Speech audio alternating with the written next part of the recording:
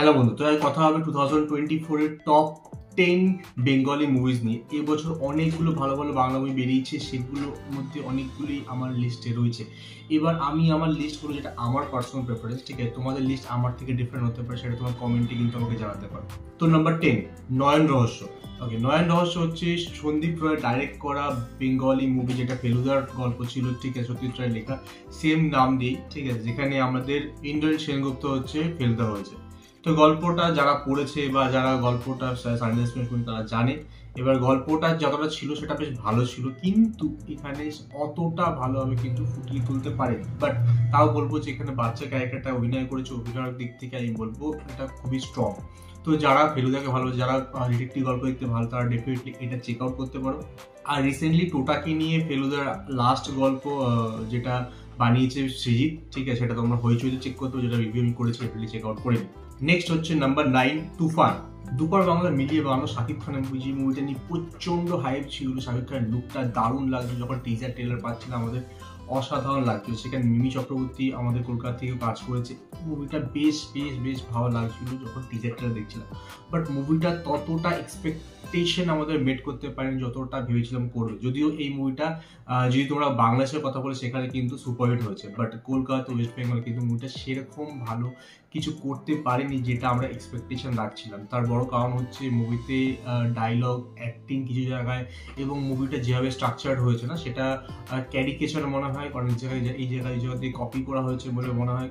এবং মুভিটার যে সোলটা, ঠিক আছে, সেটা মনে হচ্ছে মিসিং, যেটা হওয়া উচিত ছিল প্রপার একটা বাংলা মুভির মতো। ঠিক আছে, যেখানে অন্য জায়গাতে কপি না, একটা অরিজিনালিটি থাকা উচিত ছিল, সেই জিনিসটা ছিল না। কয়েক জায়গায় যেগুলো ডায়লগগুলো না খুবই মানে সিলি শুনতে লাগছিল। ঠিক আছে, তো সেটা আরো বেটার হতে পারতো। আই হোপ ফিউচারে যখন মুভি আরো হবে আমাদের দুপার বাংলা, সেগুলো আরো বেটার হবে। বাট এই মুভিটা just for fun you can watch, হইচইতে এটা অ্যাভেলেবেল আছে। তো নাম্বার 9-এ আমার তুফান মুভি, যেটা শাকিব খান। তো নাম্বার 8, বুমেরাং। জিতের তৈরি বুমেরাং, যে মুভিটা বেশ একটু ডিফারেন্ট কিছু ট্রাই করেছে, যেটা আমার বেশ ভালো লেগেছে। যেখানে সাইফাই অ্যাপ্রোচ নিয়েছে, যদিও আমাদের বাজেট সেরকম কিছুই থাকে না, বাট তা সত্ত্বেও সাইফাই অ্যাপ্রোচ নিয়েছে, সেটা ভালো লেগেছে। ডাবল রোল দেখানো হয়েছে রুক্মিণীর, যেখানে একটা হচ্ছে অ্যাকচুয়াল মানুষ আর একটা হচ্ছে রোবট বানিয়েছে। সেই রোবটের বানানো প্রসিডিওর এবং ওখানে যেটুকু ভিজুয়াল এফেক্ট ইউজ করেছে না, যেগুলো আমাদের বাজেটের অনুযায়ী খুবই ভালো লেগেছে। গানগুলো মুভিটা ভালো ছিল, বেশ কমেডি ছিল, এবং একটা স্পেশাল সিন আছে কাইন্ড অফ সুপারহিরো টাইপে দেখানো জিতকে, সেটা বেশ ভালো লেগেছে। তো ওভারঅল একটা ভালো movie, one time definitely watch আমি বলবো। এবং জিতের মুভি, যারা জিতের ফ্যান, ডেফিনেটলি এটা তুমি চেক আউট করতে পারো। নাম্বার 8-এ আমার রয়েছে বুমেরাং।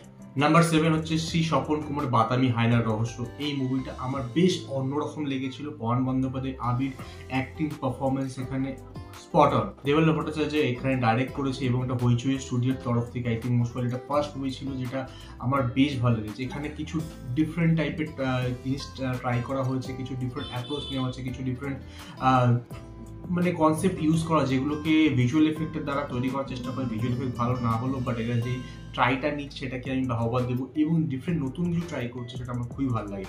যে আমার এই জিনিস সবসময় আমি প্রেফার করি, যেটা হচ্ছে কপি না করে কাউকে বাংলা, হিন্দি, অন্য ইংলিশ মুভি থেকে নিজের থেকে যদি কিছু বানানো হয়, সেটা বেটার লাগে। আমাদের বাংলার কাছে, নিজের কাছে অনেক ভালো, মানে যদি তুমি আমাদের সাহিত্যের দিকে যাও, অনেক কিছু হয় যেখান থেকে কিন্তু ইন্সপিরেশন নিয়ে অনেক ভালো ভালো মুভি বানানো যেতে পারে। তো এখানে কিছু ডিফারেন্ট ট্রাই করেছে, সেটা আমার বেশ ভালো লেগেছে। যেটা বললাম, যেখানে অ্যাক্টিং স্পট অন ছিল পবন বন্দ্যোপাধ্যায়, আবিরের, ঠিক আছে, এবং কিছু ডিফারেন্ট যে ট্রাই করি, সেটার জন্য আমি নাম্বার 7-এ রেখেছি এটাকে।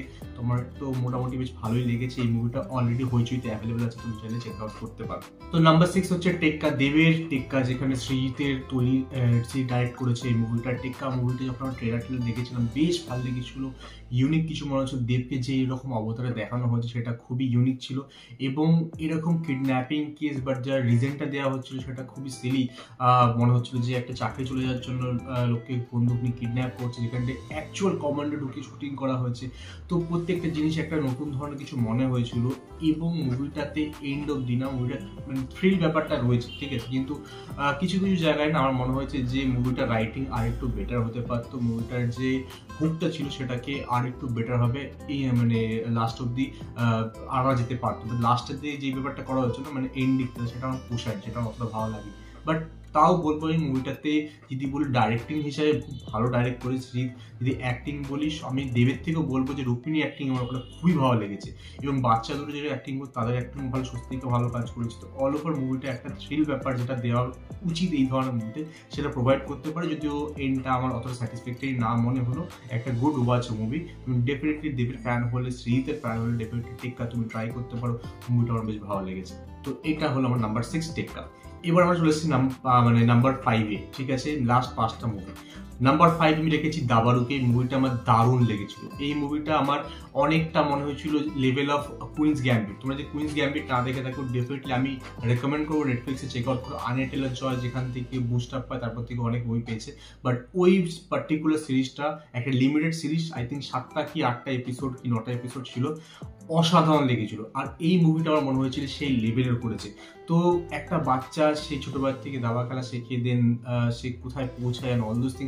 রিসেন্টলি তুমি অনেকের নাম শুনতে পাচ্ছ দাবাতে, আমাদের অলরেডি মানে ইয়াংগেস্ট চ্যাম্পিয়ন হয়ে ফিরেছে রুকেশ, যাকে নিয়ে আমরা মাতামাতি করছি, ঠিক আছে। তো এই মুভিটা থেকে তুমি সেরকমই কিছু একটা ভাইব পাবে, যেটা আমার বেশ ভালো লেগে। যেভাবে দাবার সিকুয়েন্সগুলো এক্সিকিউট করা হয়েছে, যেভাবে পাস দেখানো হয়েছে, যেভাবে ও জেতার পরে ওর যে এক্সপ্রেশন দেখানো হচ্ছে, প্রত্যেকটা জিনিস খুব ভালো লেগেছে। এত কম বাজেটের মধ্যে এত সুন্দর একটা মুভি কিন্তু আমার দেখে বেশ ভালো লেগেছিল। তো এই মুভিটা কিন্তু ডেফিনেটলি তোমরা চেক আউট করতে পারো। দাবার মুভিটা কিন্তু 2024-এর একটা one of the best movie. Next number 4 হলো ভূতপুরি। ভূতপুরি মুভিটা আমার নাম্বার 4 রাখার একটা বড় কারণ হচ্ছে বাংলাতে হরার নিয়ে কাজ হয় না বললেই চলে, আর ভালো কাজ তো ছেড়েই দাও। আর সেখানে আমাদের যদি বাংলা সাহিত্য তুলে দেখা যায়, সেখানে প্রত্যেকটা বড় বড় রাইটার খুব ভালো ভালো গল্প লিখেছে। তুমি সেটার একটা বড় এক্সাম্পল হচ্ছে সানডে সাসপেন্স, ঠিক আছে।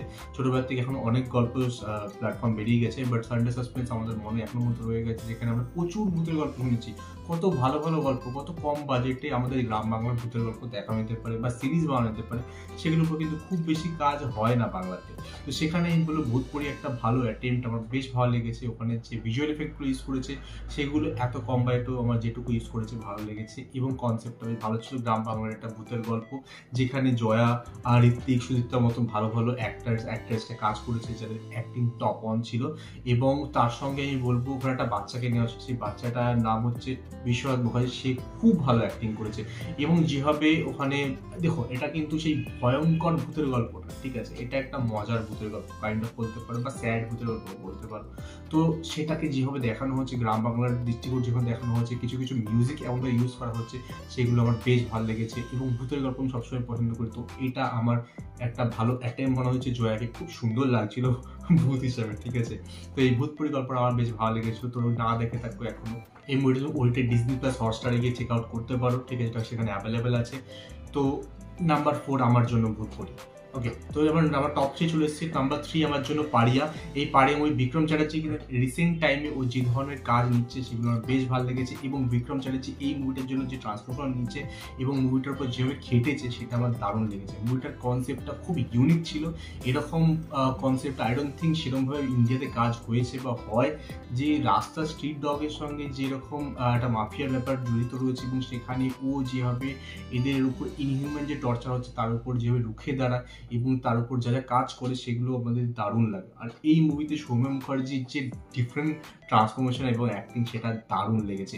এবং এটার সেকেন্ড পার্টও আসতে চলেছে। এই মুভিটা যেভাবে কাজ করেছে না, মুভিটার যে রনেসটা ব্রুটালিটা দেখানো হয়েছে, ঠিক আছে, সেটা আমার দারুণ লেগেছে। তো পুরোপুরি মুভিটা একটা অন্য ধরনের ভাইব দেয়, যেটা জেনারেলি তোমরা বাংলা মুভি থেকে পাও না। তো সেই বলবো আমি পারি, মুভিটা খুব ভালো মুভি, এবং তোমরা চাইলে ডেফিনেটলি তোমরা ডগ লাভার হও, অ্যানিমেল লাভার হও, ডেফিনেটলি এই মুভিটা চেক আউট করতে পারো। এটা হইচইতে অ্যাভেলেবেল আছে। তো নাম্বার 3 আমার জন্য পারিয়া। তো নাম্বার 3-তে আমি আরেকটা মুভি রেখেছি, যেটার নাম হচ্ছে চালচিত্র। চালচিত্র মুভিটা কিন্তু খাতার সঙ্গে রিলিজ করেছে একসাথে, এবং এই মুভিটাতে আমি বলবো মার্ডার মিস্ট্রি রাখা হয়েছে। এই মুভিটাতে একটা সিরিয়াল কিলের ব্যাপার রাখা হয়েছে, যেরকম মুভি তুমি অলরেডি দেখেছো শ্রীজিতের মুভি, যেরকম 22 শ্রাবণ, 10 অবতার বা দ্বিতীয় পুরুষ, এই ধরনের সেম টাইপের মুভি। কিন্তু এই মুভির ইউএসপি হচ্ছে ফার্স্ট অফ অল হচ্ছে এর যে মার্ডার করার প্যাটার্নটা, ঠিক আছে, চালচিত্রে টাঙিয়ে দেওয়া মেয়েদেরকে, সেটা ব্রুটালিটি দেখানো, সেটা বেশ ভালো লেগেছে। এবং সেকেন্ড বিষয় হচ্ছে এটার যে ইউএসপি সেটা হচ্ছে এদের ক্যারেক্টার আছে, অ্যাক্টররা যা অ্যাক্টিং করেছে সেখানে মানে মাইন্ড ব্লোয়িং অ্যাক্টিং করেছে। সেখানে তুমি টোটাকে বলো, সেখানে বাংলাদেশ অপূর্ব বলো, সেখানে ব্রাত্য বসু, শান্তনু মাহেশ্বরী, অনির্বাণ চ্যাটার্জি, প্রত্যেকে দারুণ অ্যাক্টিং করেছে। এবং থ্রিল ব্যাপারটা যেটা ধরে রাখা হয়, টান একটা উত্তেজনা তোমাকে যেটা দেওয়া হয় সেটা বেশ ভালো, যেটা এই ধরনের মুভিতে দরকার। এবং এই ধরনের মুভি কিন্তু যে ইউএসপিটা সেটাই হচ্ছে একটা মিস্ট্রি ধরে রাখা এবং তোমাকে কন্টিনিউয়াসলি একটা থ্রিল দিয়ে যাওয়া, সেটাকে কিন্তু মেনটেন রাখে। এবং এটা অ্যাডাল্ট সার্টিফিকেট পেয়েছে, তাই জন্য এখানে অনেক কিছু ব্রুটালিটি এবং কিছু স্ট্রং কন্টেন্ট দেখানো হয় যেগুলো জেনারেলি ইউজ করা হয় না বাংলা মুভিতে। তো সেটা দেখে আমার বেশ ভালো লেগে। তো নাম্বার 3 আমার জন্য, সেকেন্ড নাম্বার 3 হচ্ছে আমার এই চালচিত্র মুভিটা। নাম্বার টু আমার জন্য হচ্ছে বহুরূপী। বহুরূপী মুভিটা একটা দারুণ মুভি, যেই মুভিটা হচ্ছে অ্যাকচুয়াল রিয়েল লাইফ ইনসিডেন্ট থেকে বেস্ট করে বানানো হয়েছে। এই মুভিটা সাউথ 24 পরগনার ভিলেজ অফ রায়পুর 1998 এবং 2005 যে ব্যাংক রবারি হয়েছিল সেটার উপর বেস্ট করে বানানো হয়েছে। এই মুভিটা কিছুটা আমাকে মানি হাইস্ট ভাইব দেয় এবং একটা সাধারণ মানুষ, একটা ভালো লোক কীভাবে ইনজাস্টিস ফ্রম ল থেকে একটা ডিফারেন্ট মানুষ হয়ে যেতে পারে এবং সে যেভাবে চুরিগুলো করে, ঠিক আছে, রবারিগুলো করে, এবং এই ক্যাট অ্যান্ড মাউস যে চোর পুলিশের খেলাটা, এটা আমাদের সবসময় পছন্দ হয়। তোমাদের ধুম মুভিগুলোর কথা মনে থাকে, সেখানে সব থেকে বড় প্লাস পয়েন্টই হচ্ছে এই ক্যাট অ্যান্ড মাউসের চেস, ঠিক আছে, চোর পুলিশের যে ধরা ফেলা ব্যাপারটা, ঠিক আছে, সেটা বেশ ভালো। আর এখানে আমি বলবো সেই ধুম 2-তে মনে আছে যেরকমভাবে আমাদের ঋত্বিক ডিফারেন্ট লোক কিন্তু চুরি করার জন্য, তো এখানে সেরকম কিছু আমার মনে হয়েছে, বাট সেটা পুরোপুরি বাঙালিয়ানা রয়েছে এখানে। বহুরূপী, ঠিক আছে, মুভিটার নাম বহুরূপী, বাঙালিয়ানা দিয়ে যেভাবে মুভিটাকে তৈরি করেছে, এত কম বাজেটে মাত্র 4 কোটি টাকার মুভি 50 কোটির উপর কামিয়েছে।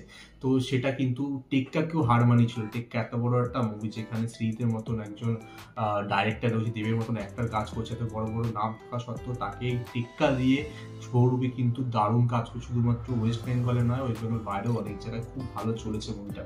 তো তাই জন্য আমার এই মুভিটাও বেশ, আমার জাস্ট মুভিটা চলেছে বলেই এটা, মুভিটা বেশ একটা ভালো মুভি, মুভিটা খুব এনজয়েবল মুভি এবং মুভিটার কনসেপ্টটা একটু নতুন ধরনের ব্যাপার রয়েছে। তো আমার তো বেশ ভালো লেগেছে বহুরূপী মুভিটা।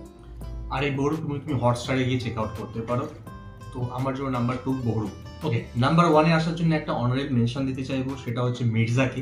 মির্জা দ্য পার্ট 1 জোকার, এটা সেকেন্ড পার্ট আসবে কিনা আমার সন্দেহ আছে, বাট যে মুভিটা যেভাবে পেস্ট করেছিল, যেভাবে এটা প্রমোশন করেছিল কমার্শিয়াল মুভিতে, একটা ডিফারেন্ট কিছু মনে হয়েছিল। এবং মুভিটা খারাপ না, মুভিটা যথেষ্ট ভালো মুভি, বাট মুভিটাতে কিছু প্রবলেম তো ডেফিনেটলি রয়েছে, যার জন্য আমার টপ 10 লিস্টে নেই।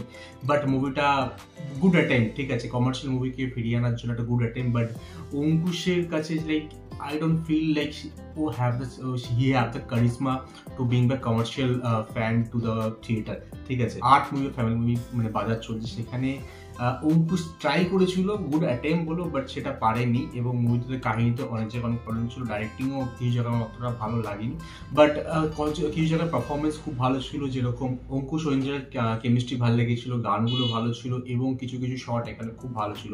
তো তুমি চাইলে একবার ট্রাই করতেই পারো মির্জা মুভিটা, এটা একটা one time good watch movie বলবো। ওকে, নাম্বার 1 হচ্ছে খাদান।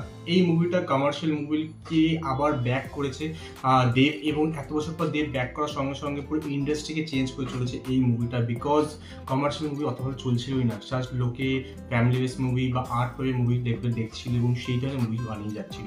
বাট এত বছর পর দেবও নিজে ব্যাক করেছে কমার্শিয়াল মুভিতে, এবং সে জাস্ট ব্যাক করেনি, অনেক বড় রিস্ক নিয়ে ব্যাক করেছে, বিকজ কমার্শিয়াল মুভি চলছিল না মার্কেটে, সেখানেও এত টাকা খরচা করে বানিয়েছে এবং যে ধরনের কনসেপ্ট নিয়েছে, যে ধরনের কাজ দেখিয়েছে, যে ধরনের গান ইউজ করেছে, প্রত্যেকটা জিনিস বেশ ভালো লেগেছিল। মুভিটা যেভাবে কাজ করেছে না, ওর নিজের ট্রান্সফরমেশন, মুভিতে যেভাবে গান ইউজ হয়েছে, মুভিতে যেরকম লার্জার স্কেলে ইউজ করা হয়েছে, যে বাজেটে যে ধরনের ভিজুয়াল দেখিয়েছে, এবং মুভিটাতে ও রিস্ক নিয়েছে অনেকগুলো বিষয়। সেটা হচ্ছে ফার্স্ট অফ অল প্রমোশনের উপর একটা ডিফারেন্টভাবে কাজ করেছে, যেটা বিদেশে হয়, পোস্টার বানানো, ঠিক আছে, ক্যারেক্টার পোস্টার, আলাদা আলাদা জায়গায় গিয়ে ডিফারেন্ট জায়গায় গিয়ে ডিফারেন্টভাবে প্রমোট করা মুভিটাকে, ঠিক আছে। তো এই প্রত্যেকটা জিনিস এবং ট্রেলার, টিজার, প্রত্যেকটা জিনিস যেভাবে এনেছে, যেভাবে প্রমোশন চালিয়ে গেছে, সেটা খুব ভালো কাজ করেছে। এবং তাই জন্য কিন্তু আমরা বক্স অফিসেও কিন্তু দেখতে পাচ্ছি এই প্রত্যেক দিন অলমোস্ট 1 কোটি টাকা করে ইনকাম করে চলে যাচ্ছে, এবং ওর যে বাজেট সেটা অলরেডি রিকভার হয়ে গেছে,